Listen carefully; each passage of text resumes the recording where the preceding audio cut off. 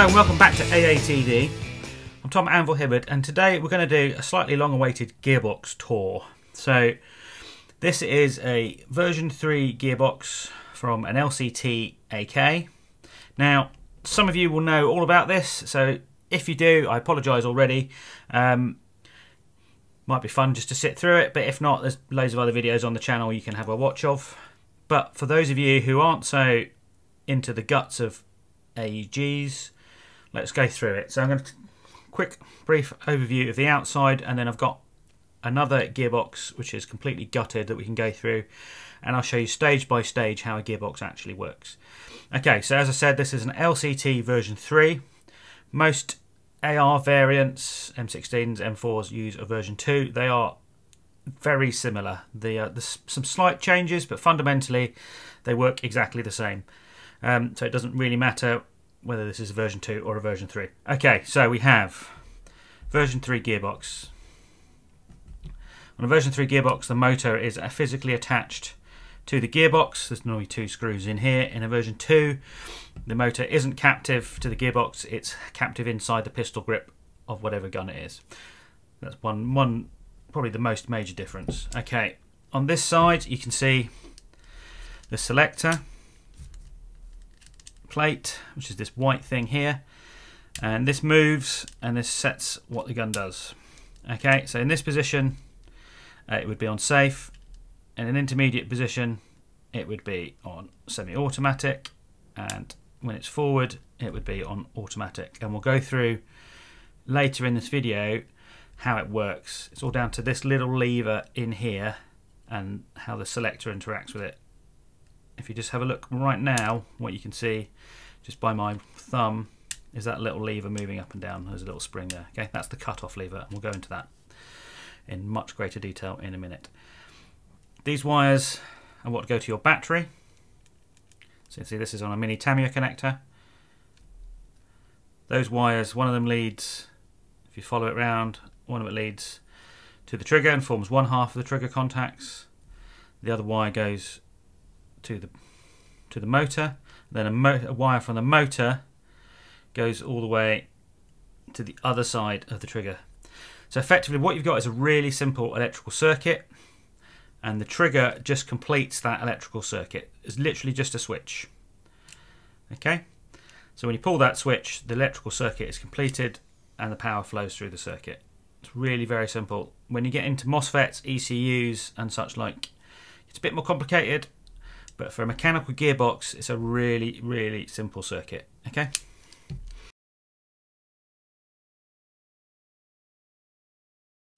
Okay, so this is a inside of a version 3 gearbox. This is a virtually identical to the one we've just been talking about.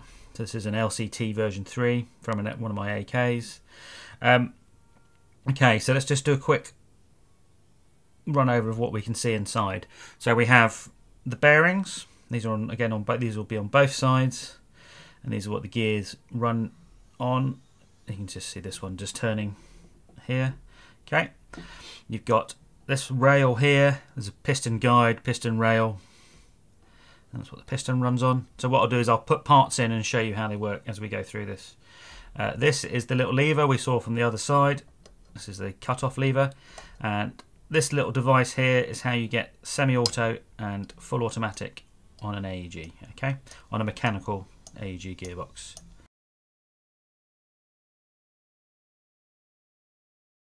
So the first thing we'll talk about are the gears, and there are generally, not always, 3 gears in an AEG gearbox. In the most common version 2, version 3, there are 3 gears. So you have the bevel gear, you have the spur gear, and you have the sector gear. Okay, the bevel gear sits at the bottom here, kind of upside down, and this is the gear responsible for taking the power from the motor and transmitting it to the rest of the gearbox. So if I pick up a motor,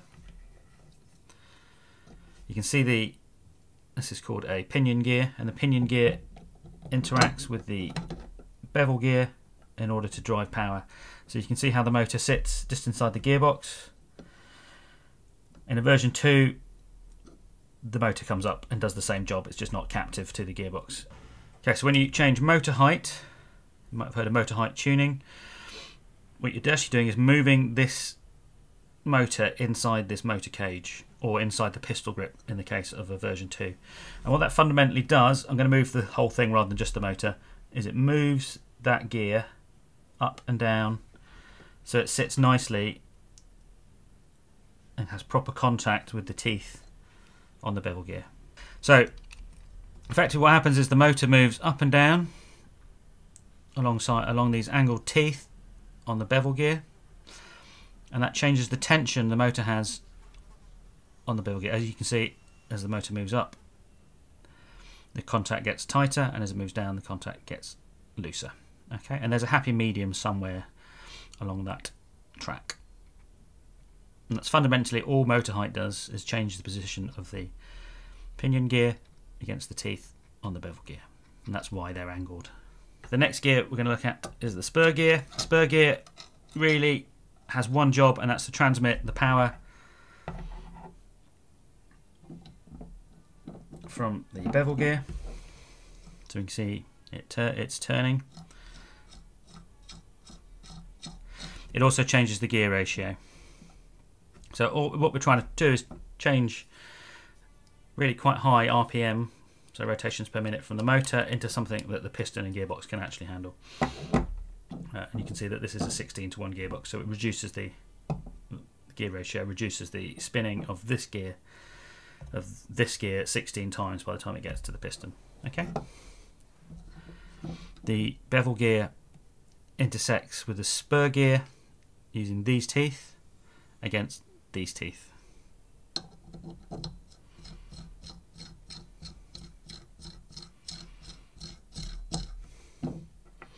Then the last gear we've got, probably the most complicated one. This is the sector gear. This does quite a lot. So it takes the power from the spur gear and transmits it to the piston. You can see that it picks up the power on these teeth on the bottom, and it transmits the power to the piston, or moves the piston with these teeth, the bigger teeth on the outside, bigger circumference. Okay, it also does two other jobs. So if you look on the bottom here, you've got this little lozenged triangle shaped thing. Okay, that intersects with the cutoff lever, and as it goes round, it moves the cutoff lever up and down, and we'll show you why in a minute. Okay, when it's in full auto, as we are now, so the sector is in full auto, as it goes round,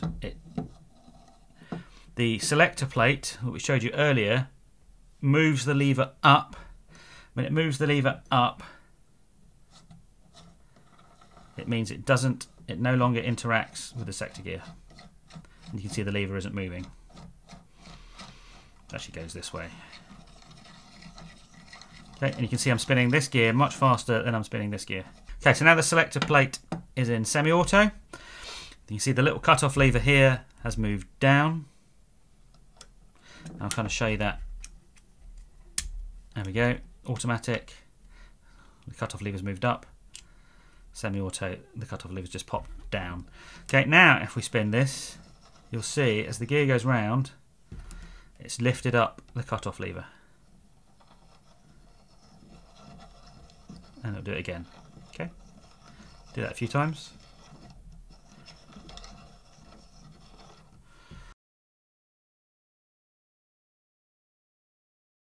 So this is your cylinder and cylinder head. This has a full cylinder. Some cylinders have a cutout. That's to reduce the volume for use with shorter barrels. You kind of want to match the cylinder volume to the barrel length, or the barrel volume, to give the most efficient assembly. Okay, now most cylinders consist of two parts. You have a cylinder itself, and this one is a very tight fit, and a cylinder head. So this one's got double O-rings. So these little black shiny things are little plastic O-rings, and they help seal the air. So this is a cylinder head. There's a bit of a rubber pad on it to take some impact. This one's getting a bit chewed up, and this is a cylinder. Put those back together. The cylinder head, these holes in the cylinder head here lock into the little nub that we saw in the gearbox earlier, and that holds it in place, as well as when it's fully seated on the cylinder, that sits inside that recess we talked about earlier as well. So that assembly sits there, and when it's clamped, it's not going anywhere. This is a piston and piston head. So the piston is the red thing with the teeth on it, and the piston head is this aluminium thing, again with an O-ring to seal it. They're normally screwed together. There'll be a screw inside there. You sometimes get a little bearing so it moves around to help the spring out.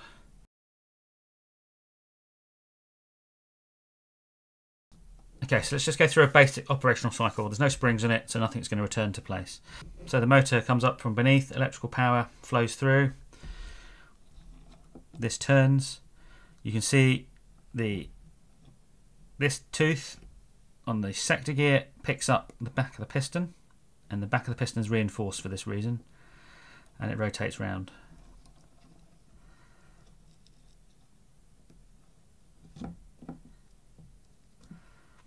Until that tooth clears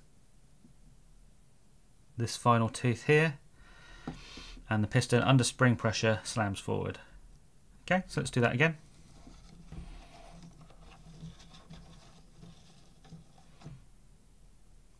That last tooth clears the last tooth on the piston. The piston goes forward.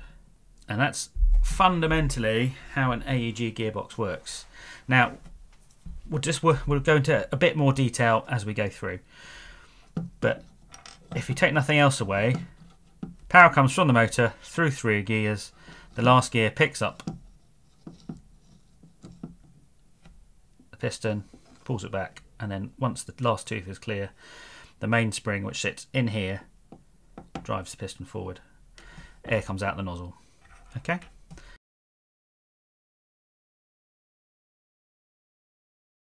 This is a tappet plate and nozzle.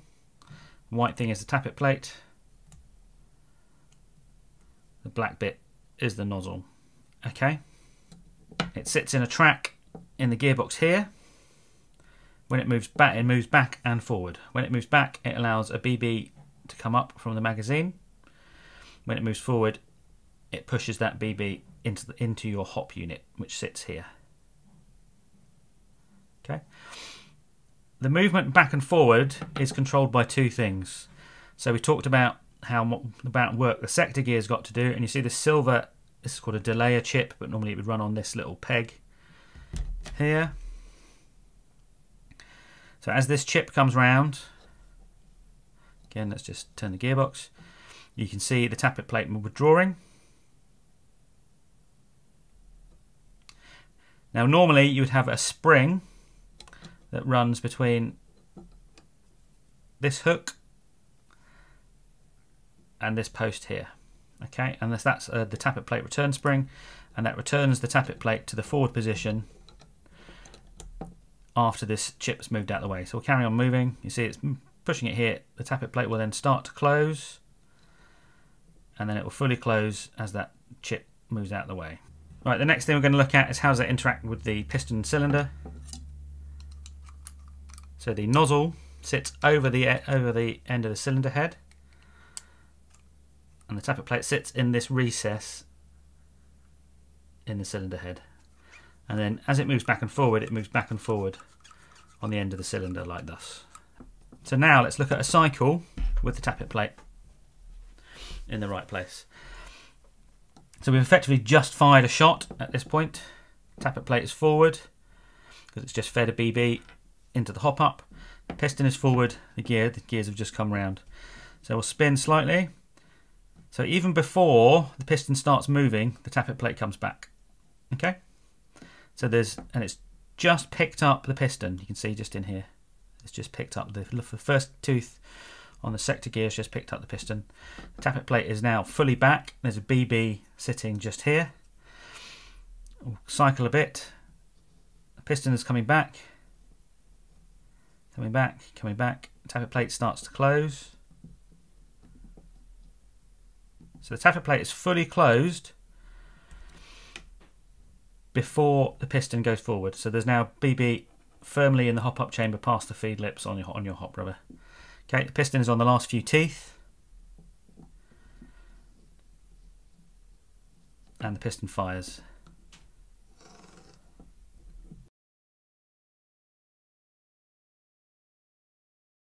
How a trigger works in a mechanical AEG. There's some slight variations, but again, it's all pretty much the same. Okay, so you've got two wires coming into this trigger housing. Now this trigger housing is this black thing that you see here. Okay, so this is exactly the same as this one. Just holding it a bit closer for clarity. So you can see there's two wires coming in, same two wires we have here. One comes from the battery, one comes from the motor. Each is attached to a little bit of metal, and those little bits of metal are in turn attached to these two little leaf springs here. Okay, so each one of these leaf springs, there's two, is attached to one side of the electrical system. So each one of these is attached to one of these wires. So at the moment there's no electrical connection flowing between the two. Okay, this is the other main part of the trigger. I call it a shuttle, other people call it different things. I'm probably wrong, but hey. So this is pushed by, when you pull the trigger, I'll show you in a minute how it works. The trigger pushes this bit forward, and it contacts and it bridges the joint between those two springs, these little leaves that we talked about. Okay, it is just a switch. So when you pull the trigger, this gets pushed in, and I'll show you how semi-auto works in just a minute. So I've now got the two parts of the trigger assembly inside the gearbox. You can see the springs just here that we talked about. There's the blade. There's a spring that goes from this post on the gearbox to that little hook on the blades. It completes the circuit. So when you push the trigger, pull the trigger, it completes the circuit. Once you let go of the trigger, that little spring pulls the trigger back. Okay, so really simple system.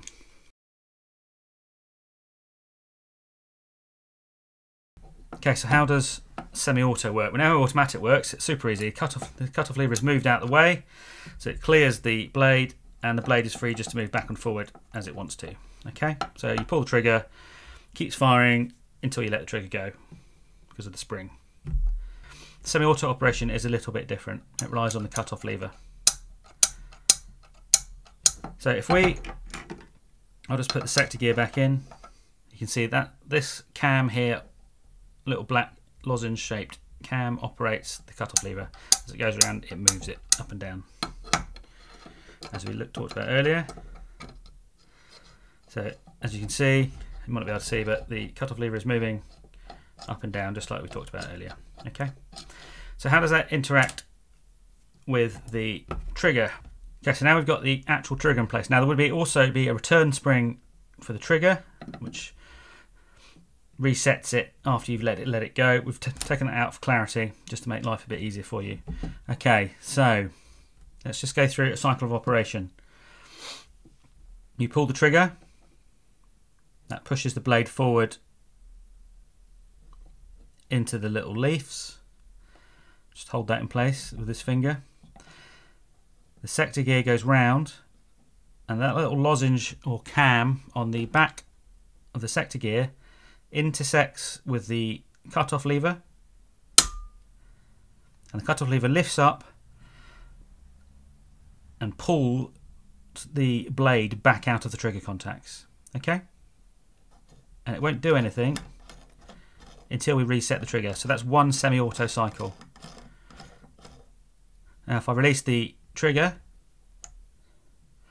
that allows the blade to come back down into its original position. It still won't do anything because we've not pulled the trigger again. So we'll pull the trigger again, blade moves forward. We'll move the sector gear the gun operates, does one cycle, sector gear comes around. As the sector gear comes around, again it interacts with the cut-off lever, lift the cut-off lever up, the cut-off lever lifts the blade up and back. That's that click, so the blades come back. Release the trigger, the blade comes back down into its original position, so it can be acted on again. So the trigger is pulled, the blade moves forward. As you can see the spring, see the blade moving forward inside the housing. As the sector gear comes round, so it comes around like this, cut-off lever starts to move. Cut-off lever lifts the blade back and up, cuts off the electrical circuit, and the gun stops moving. So let's go through that once more. So we'll reset the trigger. So when we reset the trigger, the bar drops down. We'll pull the trigger, fires one semi-auto shot, system comes round. The cut-off lever moves up, pulls the blade back and up. Gun stops cycling. When you release the trigger, the blade pops down back into position.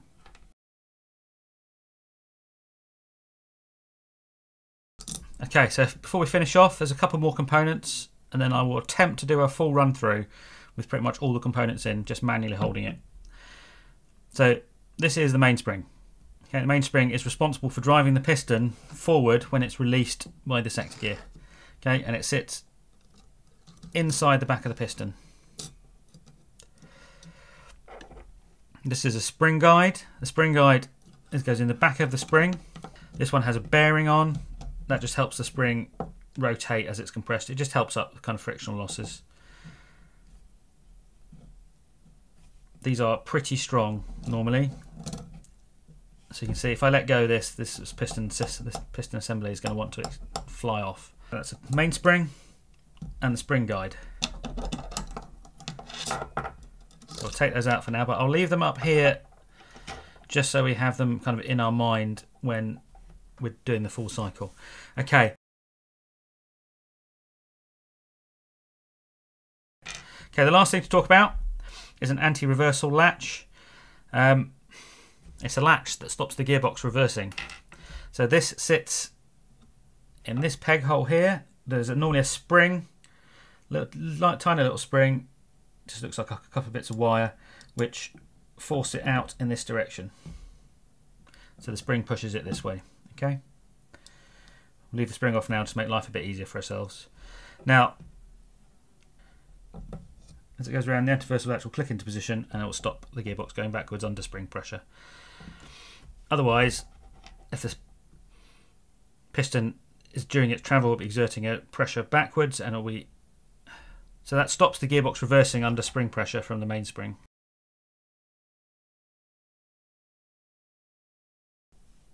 So let's go through it. Remember, the spring is inside the piston, spring guide is in place, and the motor is putting power through. So this is a complete cycle of the gearbox in semi-automatic. Okay, so we pull the trigger, pushing the blade between the two springs. That completes the electrical circuit and the gearbox starts cycling. So the first thing that happens is the tappet plate comes back and that loads a BB up into just in front of the nozzle, just here where my little finger is. As it carries on, at that point the first tooth on the sector gear picks up the piston and starts coming back.